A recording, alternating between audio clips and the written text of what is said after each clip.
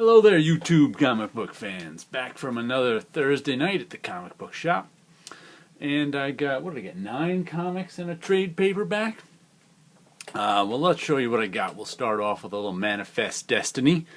And if you don't know what this is by now, I don't know what to say. Manifest Destiny, the Lewis and Clark Expedition. Moving across the young nation of America and running into Native Americans and monsters. Looks like they run into a Cyclops in this issue. Fun story. Basically, historical monster fighting. Like I said, this is issue 12. If you don't know about this one by now, you should. And now let's go to Drifter number 2.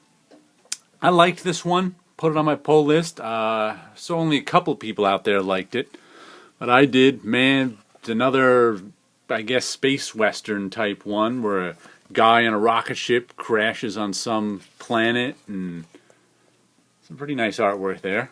And the first issue just discovers that things are not all they seem. He's crashed on the planet a year ago. Well, there's a nice panel. He crashed on the planet a year ago. Only he thinks it just happened a couple days ago. So we'll see what happens in issue number 2. Not too fond of that logo, but that's a nice cover. I think this is an alternate cover, because there was one other cover there that. But I like this. I like this one better, so I stuck with it. Drifter number 2. Then we've got Dark Horse Presents Volume 3, issue number 5. Once again, if you don't know what this is, I don't know where you've been. It's an anthology book from Dark Horse. This is the 3rd volume of it. There's been 200 issues altogether. All different stories. You either like anthologies or you don't. Some people say, you know, why am I paying full price for a comic I only like, you know, half of, which is perfectly understandable. But I like a little variety, so I'm willing to overlook the stories that are not as, you know, you're going to like, when you get 6 different stories, you're going to like some better than the other, and I'm okay with that. I know not everyone is, but I like variety, so I'll continue to buy this one. Now we've got some Wicked and Divine, issue 6, the series I've been liking.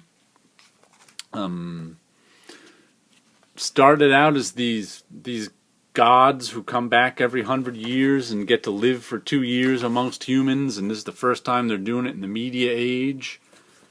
And then it turned into sort of a murder mystery. I don't know what that is. Then it turned into sort of a murder mystery. Then it turned into sort of the gods taking care of their own sort of criminals, and so I'm not exactly sure where it's going with this next issue.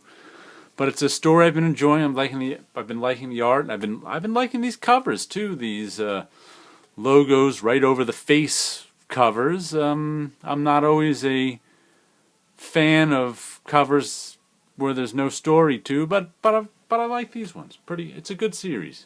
I'm sure there's a trade out by now, so give it a look. Rumble number 1. Much like last week's Eternal number 1, I put this one on my pull list, you know, at least the first issue a month or so ago, and don't remember in the least what it's about. Oh, by the way, I liked Eternal number 1, and I put the other 3 issues of the 4-issue miniseries on my pull list. That was a pretty good story from Boom Studios. This is an Image book. I have no memory of what intrigued me about this one that I put it on my, except I remember, speaking of Dark Horse Presents, I remember John Arcudi used to write some Dark Horse Presents stories, I think. He did The Creep, was that his? That was like a sort of PI cop story way back when in Dark Horse Presents, and I've read his writing on and off over the years. I'm not sure who James Harden is. I've never heard that name. Dave Stewart, of course, is a very good colorist. I know his name. But we'll give this one a read and see if it's worth reading more. And next we have Ragnarok. Walt Simonson, Laura Martin, John Workman. Walt is doing his own Thor Norse mythology story here. He's doing an excellent job of it. I've really liked the first 2 issues. Beautiful artwork. Laura Martin's coloring over Walt, and that's John Workman actually doing hand lettering, I believe, too. That's not even a computer lettering job. It's actually old school hand lettering. Once again, Ragnarok, 3 issues out from IDW. If you like Walt Simonson, you'll like this book. Alex plus Ada, number 11, Jonathan Luna and Sarah Vaughn. Last issue was some big stuff happened. We'll see what happens this issue. Once again, if you don't know about this one yet, I don't know what you've been doing. Takes place in a future where there's robots and androids that are sentient, or at least you can turn them sentient if you want. And this guy's grandmother bought him a robot for him to fool around with, and he turned her sentient, and now he's trying to figure out his relationship to this machine. Good story. I've read a lot of the Luna Brothers stuff, and I generally like it. This is just one of the Luna Brothers and someone else, but good story. Check out Alice and Ada. I think there's a couple trades of this one out. Next we have East of West the World, which I think was supposed to be out last week, but didn't hit my comic shop until this week. At least must have been shorted on it. You get an East of the West story, then you get sort of a source book on the East of West world, and all the different East of West is sort of an alternate history storyline, so takes place in our planet, but all the countries and stuff aren't the same, and there's weird stuff going on. And this is just background on it, so I figured it'll be interesting. I'm not usually into these background books, but for East of West, I'll give it a try. Next, we have The Activity, number 16. I was actually shocked to see this. I had to look up the last Activity book I have, I guess is number 15, was dated October 2013. So it's been over a year since one of these has come out. I don't know if this wraps up the series, because I thought the series was wrapped up, being that there hasn't been an issue out in a year. Maybe it'll explain what happened in this one, but The Activity, is a CIA or something covert ops team. It's all kind of real-world military stuff.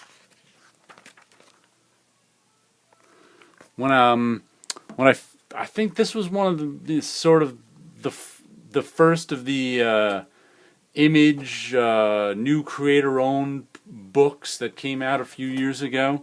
This was one of the first ones I picked up of it, at least. I don't know, 3 years ago now. I enjoyed it. I wondered what happened to it, but here's issue 16, and it's $4.50, but it's extra thick. So, like I said, I don't know if this one wraps up the series or continues it or whatever. Maybe because it's extra thick, it wraps it up. But either way, I'm glad I had it on my pull list and they got it for me, because I'll read another issue of The Activity. Final thing I bought this week is the Winter World trade by Dixon, and again, I think La Nina Winter World. I bought the first issue of this, and then I couldn't decide if I wanted to keep buying it in $3.99 single issues, and by the time I had to decide, I didn't order the issue, and I don't think I saw issue 2, or I passed it up. So I went, I saw a trade of it, and I said, all right, I'll pick it up. I like Jackson Guice's artwork in it, and I'm a big fan of, this is the original Winter World, which I think, this book is from a couple years old, but I think the original story is from the late 80s, and it's Jorge Zaffino art. I don't know how many of you know Jorge Zaffino. I think he's dead now. He passed on. But once again, the story takes place in the future where the environment's gone to hell and everything's cold. But I'm really a fan of this. I've always liked Jorge Zaffino's art. Nice black and white stuff. I think he did some Punisher stuff too from Marvel in the 90s. Amongst other things, but he's got a really nice black and white shadowy style. And Butch Guice's artwork in this is nice too. I don't mean to overlook the new one. Once again, takes place in the same winter world where everything's cold and they're looking to survive. Both good books. Like I said, I really like the Jorge Zaffino stuff. The Chuck Dixon writing in this is solid. He's never been a writer I've followed or anything like that, but he writes a good, solid adventure type story. Not a ton of characterization or subtlety. Well, I shouldn't say that. And I don't know how to describe Chuck Dixon writing, but I like it generally. I think he wrote Robin for a lot of years. He's a kind of good adventure writer sort of story. But overall, yeah, check out some Winter World. One other thing I got this week is a book called Customers Suck. But I read a webcomic. What's it called? TheDevilsPanties.com is the name. It's done by what's this woman's name? Whoop, there's her autograph. She does a webcomic called The Devil's Panties. Where's her name? Jenny Breeden. And it's a webcomic that I read. This is I guess the one she did before. That's all about doing customer service and the customers in the store. The one she does, The Devil's Panties, is more autobiographical about her life as a cartoonist. And she just ran some sort of special on the website a couple weeks ago that says, PayPal them $10 and they'll send you a random book. I was like, you know what? I read this strip every time it's published, every day or every 3 days. I don't even know how. I can't think right now how often it's published. But I said, you know what? I'll send her $10 and get a book. So I did, and they've sent me a random one since I didn't have any of her books. It didn't matter which one they sent me, and I got this one. Haven't read it all yet, but I've looked at some of the various cartoons. But it's pretty good. Check out our webcomic, TheDevilsPanties.com, or you can see for yourself. One last thing. I don't know how many of you remember this book, Non-Player by Nate Simpson. It came out from Image in 2011. It's a really nice looking book. It was a hot book when it came out, I remember. It got all sorts of good press. I think they even got optioned for a movie after one issue, which was crazy. Took place in this, I think it was all about, I haven't read it in so long. It was all about people who could live as their video game characters. So it's I guess there he is in the real world, or she is, but you could live as your video game character, so you were living two lives. Really good first issue, put it on my pull list. And then nothing ever came out. Turns out that Nate Simpson had a whole load of personal and creative problems. If you look him up, and it just happened to pop up on his blog, and my RSS feed, his blog popped up. And it turns out there will be a second issue of Non-Player finally this year. He actually got it done after 3 years. So it's not in previews yet, maybe in next month, the month after, and he was talking about he's trying to see if they'll reprint the first issue since it's been a while since it came out. But it was a really nice book. It was a really hot book, ever so briefly. And I'm happy to see that he's got it together to get a second issue out, and he's working on the third. I think he said it's going to take him forever to get the third out. But if you're looking for something cool to get, track down Non-Player in the dollar bins or wherever, and look for it in previews in the next couple of months. Like I said, I enjoyed it. I'm glad he's finally got it together to get another issue out. So you guys have a good week, and Merry Christmas, Happy Holidays, and all that.